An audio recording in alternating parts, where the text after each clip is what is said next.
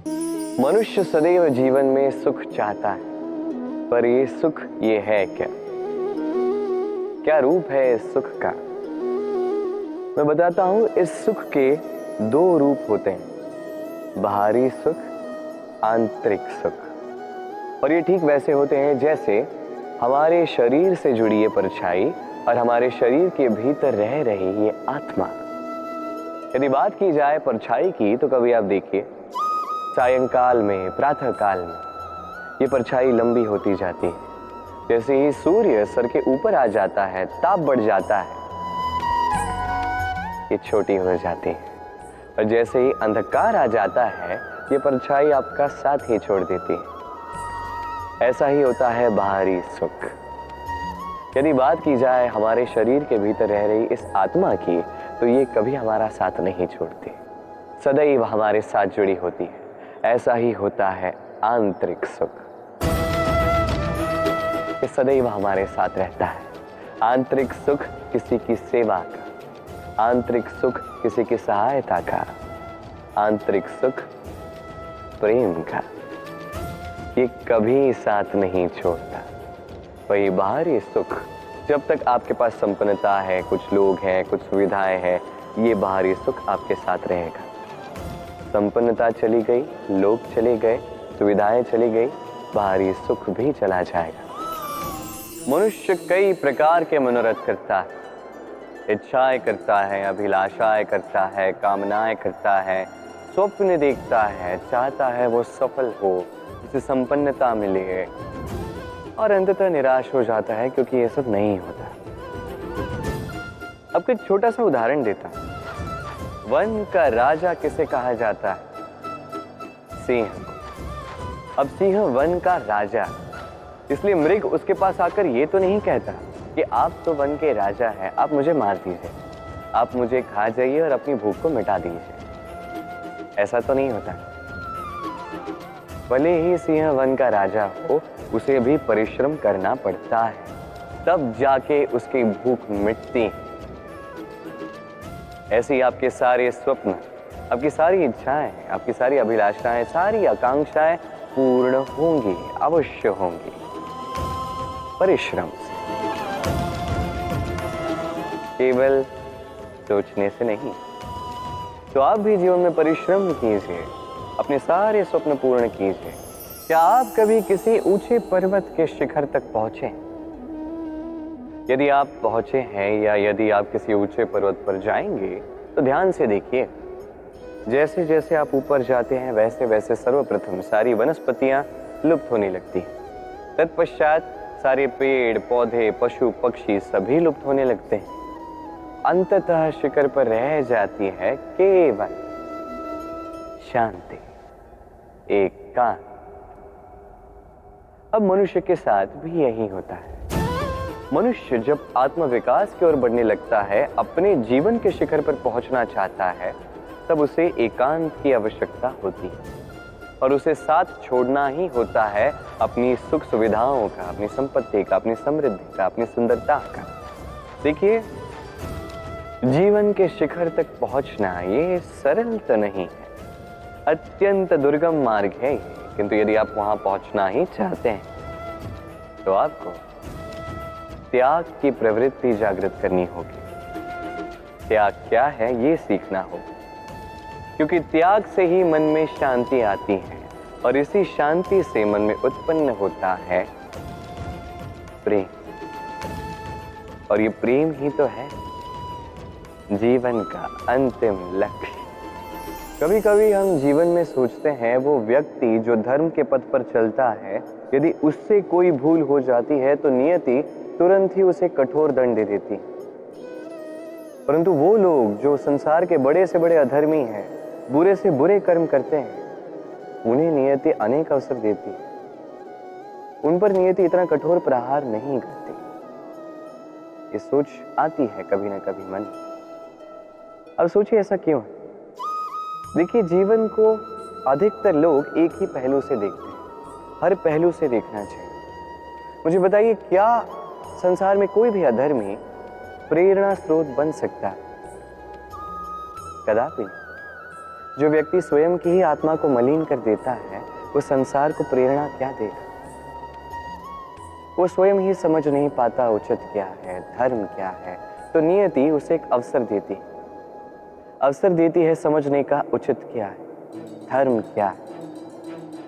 अवसर देती है विवेक जगाने का, अवसर देती है अपनी अंतरात्मा की पुकार सुनने का।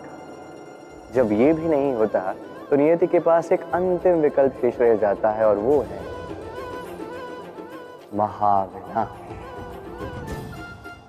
महाविनाश जो भले ही देरी से आए किंतु आता अवश्य है, और जब महाविनाश आता है तब महाविनाश की पीड़ा समस्त मनुष्य जीवन की पीड़ा से कहीं अधिक होती। ये बात सदैव स्मरण रखिए। अब दूसरा व्यक्ति जो धर्म के पथ पर चल रहा होता है, उससे यदि कोई भूल हो जाती है तो नियति उसकी परीक्षा लेती।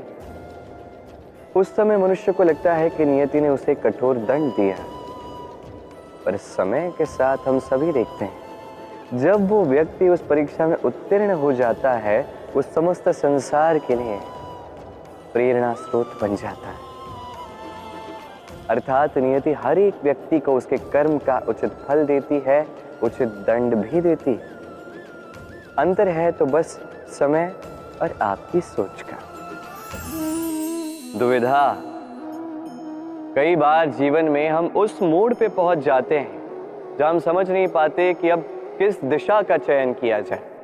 कभी यहां जाना उचित लगता है, कभी यहां जाना उचित लगता है, कभी दोनों मार्ग पर आगे बढ़ना आवश्यक लगता है, किंतु वो तो हो नहीं सकता। तो कभी कभी ऐसा भी लगता है कि कदाचित यहीं रुक जाना उचित है, कहीं ना जाना ही उचित है। अब इसी को तो दुविधा कहते हैं। संसार में ऐसी कोई दुविधा नहीं जिसका समाधान ना हो। ये दुविधा स्वाभाविक है, और आपकी इस दुविधा को थोड़ा सरल बना देती। दुविधा में जब भी चयन करें तो ये सोच कर करें कि आपके इस चयन का इस संसार पर, इस समाज पर क्या प्रभाव पड़ेगा। अपनी लाभ और हानि के विषय में सोचना छोड़ दीजिए और कर्म कीजिए संसार के हित के लिए, आने वाली पीढ़ी के हित के लिए। सोचिए कि आपके इस कर्म से उनके जीवन का उद्धार कैसे होगा, क्योंकि यही विचार उचित विचार।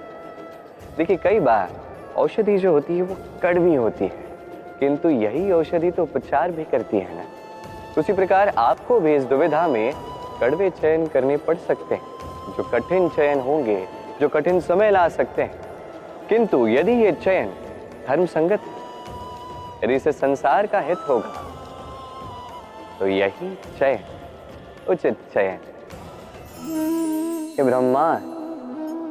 ये ब्रह्मांड कितना बड़ा है ना, इसके समक्ष ये पृथ्वी भी मात्र एक बिंदु लगती है।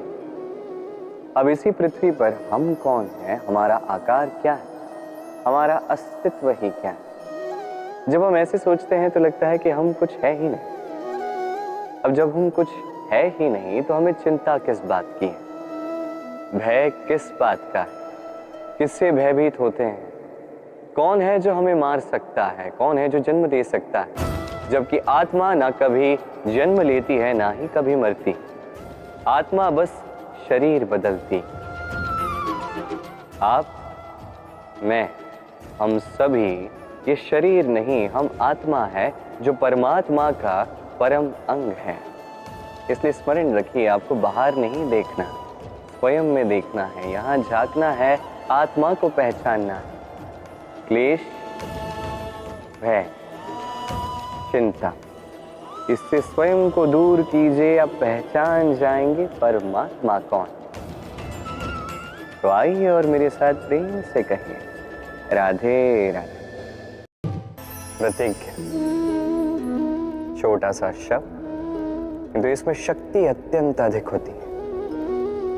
जो व्यक्ति प्रतिज्ञा का पालन करता, उस पर टिका रहता, संसार उसका आदर करता। और जो व्यक्ति ये नहीं कर पाता, वो अपयश का भागी बन जाता है। अब ये हम सभी जानते हैं, परंतु क्या इस प्रतिज्ञा का पालन हर परिस्थिति में, चाहे जो कुछ भी हो जाए, करना उचित है? अर्थात संसार इधर का उधर हो जाए, मैं अपनी प्रतिज्ञा पर अटल रहूंगा। क्या ये उचित है? अब ये हम जानेंगे एक उदाहरण द्वारा। सोच लीजिए आज आपने प्रतिज्ञा ली कि आप वन के एक सिंह की रक्षा करेंगे। ये तो बहुत अच्छी बात है, आप किसी के प्राणों की रक्षा कर रहे हैं। आप आखेट से उसे बचाएंगे, अनेक विपदाओं से उसे बचाएंगे ताकि इस प्रकृति में संतुलन बना रहे। किंतु यदि यही निर्दोषों पर आक्रमण करने लगता है तो क्या अब भी इसके प्राणों की रक्षा करना उचित है? क्या अब भी अपनी प्रतिज्ञा पर अटल रहना उचित है? नहीं, क्योंकि अब ये पाप बन चुका है। कोई भी प्रतिज्ञा, कोई भी वचन यदि इस प्रकृति के विध्वंस में सहायक है, यदि इस संतुलन को बिगाड़ रहा, उसे वहीं तोड़ना उचित है।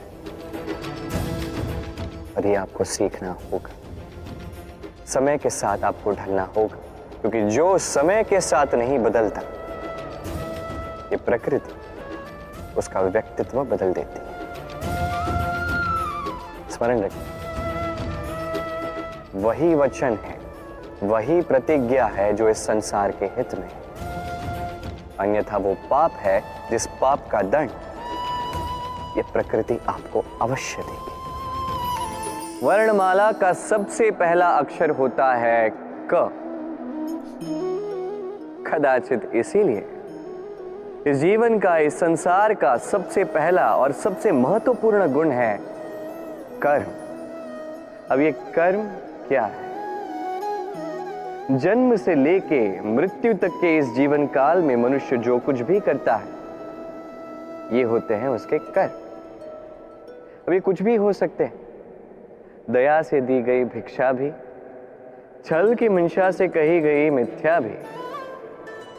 अब एक मनुष्य का कर्म समस्त मानव जाति का प्रारब्ध निर्धारित कर सकता है।